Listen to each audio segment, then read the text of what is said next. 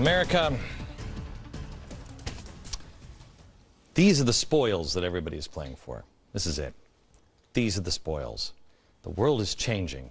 All of the power is going to change. I'm sorry, but America is going to change. The question is, will she survive? The answer is yes, if we pay attention. So who is playing? Who is sitting at the table and saying, I'm putting more chips on the table?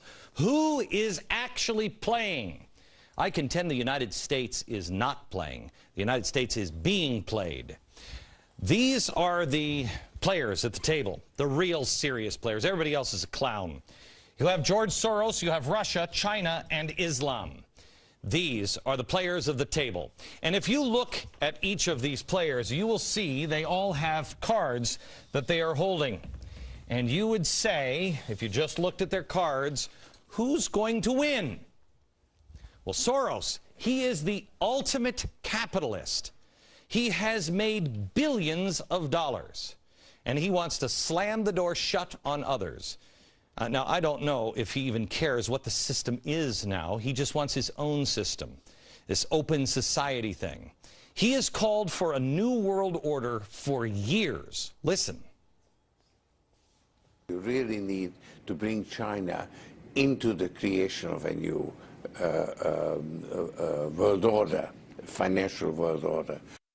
It only gets more greedy as you get closer to Soros. This is a guy who's known as the man who broke the Bank of England. He's brought down economies before. The game George Soros is playing is a game where he will financially win. Soros and his allies, the allies in the government, and not just this government. He has allies in the labor unions. He has allies everywhere. Now, not the government and labor unions because he loves America and Democratic presidents or he supports the little guy in labor disputes, but because he believes they're cards that he needs to hold to win this pie, the accomplishment of his goal, the nouveau order. Now, how do I know that? From his own words. He has said he doesn't love the United States. He said that the United States is the biggest obstacle to the open society, which is a form of government that he envisions. Quote, the main obstacle to a stable and just world order is the United States. So why would he want to hold these cards? Again, if you don't hold them, someone else is. Clear enough for you? Not a fan, not a patriot. He's a guy who wants fundamental transformation of America. Now, I don't believe the United States is the main obstacle to a stable and just world order. Do you? This man's playing for control of this. But is anyone reporting, or does anybody care? I believe we have always been the great last hope for the world, and we still are. Okay. He also has banking. He has the corporations through the Tides Foundation and things like that. He has the media. Hello, Fareed. Are you watching? Are you busy on the phone with Obama or Soros? The media. He has the radicals. He has communists who are joining with all of these groups. This man's a capitalist. Why would he have radicals? Why? Fuel. He has the churches. He's godless. Why is he funding so many church activities? The man is an atheist. Doesn't make sense unless you understand he's playing for the world. Next player at the table is Russia. You have, with Russia, they've got a lot. Most Americans completely dismiss them as a nation that we needn't concern ourselves anymore. It's a non-threat. But Russia is using communist countries like Venezuela. They are also playing a wicked game, co-opting the Middle East. They know if the control of oil, if you control oil in Europe, you got Europe. That's why they are building pipelines all through Europe. Look who's been building alliances with Europe. With Russia. It's Turkey. Last year, the two agreed to build the first Turkey nuclear plant, a project worth $20 billion. We can't build one here, but Turkey can? Russia is building one. Russia is the biggest trading partner in Iran. They're helping Iran build one. We can't build one, but Iran is safe to have a nuclear power plant.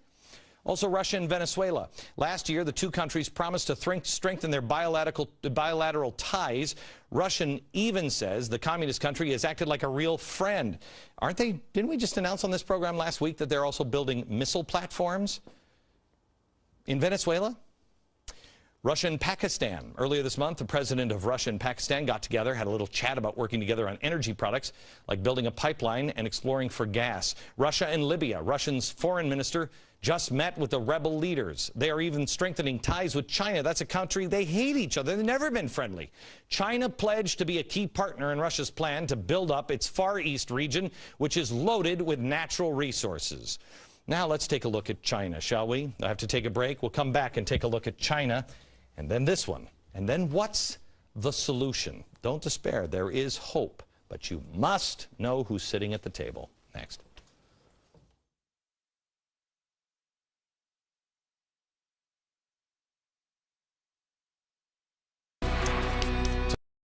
Tonight, I just want to show you the world is being divvied up.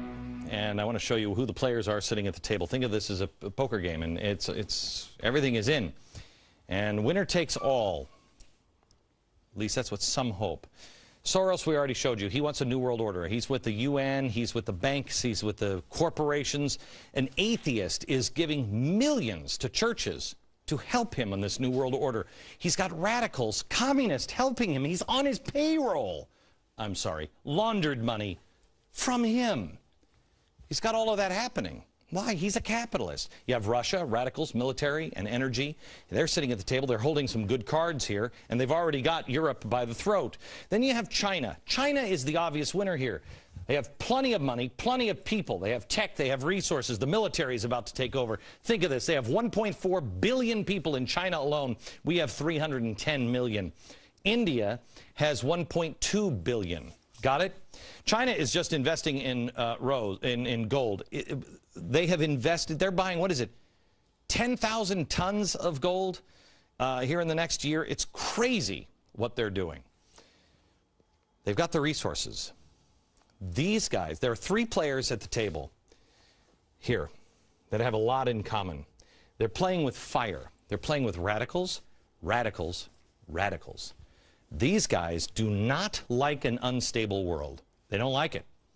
They're slower, more methodical. They don't want to upset the apple cart because they have 1.4 billion people. That thing becomes unstable. It's chaos in China. So they don't like an unstable world. Neither does Soros in the end. Soros has got to get rid of these people. He'll get rid of these people. He'll get rid of these people really in the end, because anything that is too radical, that has too many thugs, he's a businessman. A business. It's just business. It's not personal. When he's done, he's done. But he's playing with fire because he's also tied himself through these radicals down here. And this is the last one sitting at the table. Radicalized Islam. Islam, as it's done in the Middle East, they have the oil.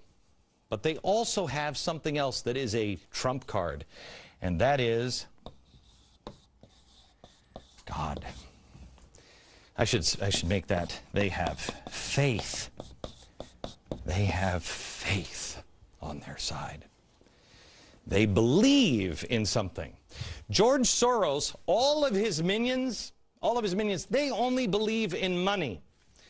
Faith in God trumps money every time. And everybody that he has to rule, he rules over. Are you for George Soros' plan? Do you even know what his plan is? How about Russia? Russia, radicals, they have to, both of them in the end, have to have a thugocracy. China is a thugocracy. And Islam, the ultimate. Chop your head off in the Middle East if you disagree. It's not the same Islam here, gang. Who gets control? Who gets control? They're all playing for the same world. But you notice I didn't say the United States is sitting at the table. We are a card. We're a card. We're not a player. If you don't think this has happened before, it has happened before. How did the most powerful naval force in the world for nearly 2 centuries just disappear? Remember when we started, we had to build new ships for England. How's that possible? On the Navy, on the Empire where the sun never set? How's it possible? Because we were this player at 1918. That was us. We had the money, and then we told people what to do. Islam, no matter what anybody else says, Islam, in the end, is the winner because faith trumps all of these things. But there is hope. There's a way to beat it next. All right. Soros, Russia, China, all of these things. Islam, radicalized Islam is the winner against those guys. It is. In the end, it might take us years to get there, but it will win in the end. Why? All of that stuff works for most of the world because people will go along with it. The Chinese, the Russians, many in the Middle East, they'll all just go along with it. They'll just take it. Even the Europeans will, but Americans won't. Americans won't do it unless we're robbed of our spirit. That's what Cass Sunstein is attacking. Be uncomfortable in your poverty so you become more responsible, more self-reliant, more moral. Be forged in the fire. That is Benjamin Franklin, and that is the American spirit. And we have to join together. Community organizing is the buzzword. In the end, who wins? The guy with the money? No. For a while, the people with the food and the people with the energy. But I contend it's not the people of faith. It is with the people with a firm reliance of divine providence that also fight for true freedom. It's the little guy that always wins. The giant lumbering corporations? No, they always lose. The giant bloated system set up by Louis in Versailles? Loser. For a while they may win. But it's the farmer behind the tree with a rifle or a rake. It was the farmer with the rifle and the rake hiding behind that tree that took the most lumbering giant of its day out. The most powerful nation on earth took him down. It is David that beats Goliath with faith every time. Goliath loses in the end because all Goliaths are arrogant. If we have firm reliance in the protection of divine providence, all you need is a tree and a rake. Because we had a tree, a rake, and a rifle in '76 when we were a collection of farmers and brought down the British Empire. We just have to hold on to firm reliance of the protection of divine providence and hold on. I'm telling you, gang, we must lock arms this summer to defeat the great powers of the earth and beyond that have aligned against us.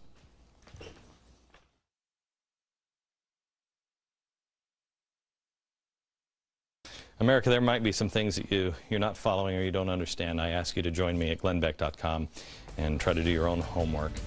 Follow closely. It's your country. It's your life. It's your world. From New York, good night.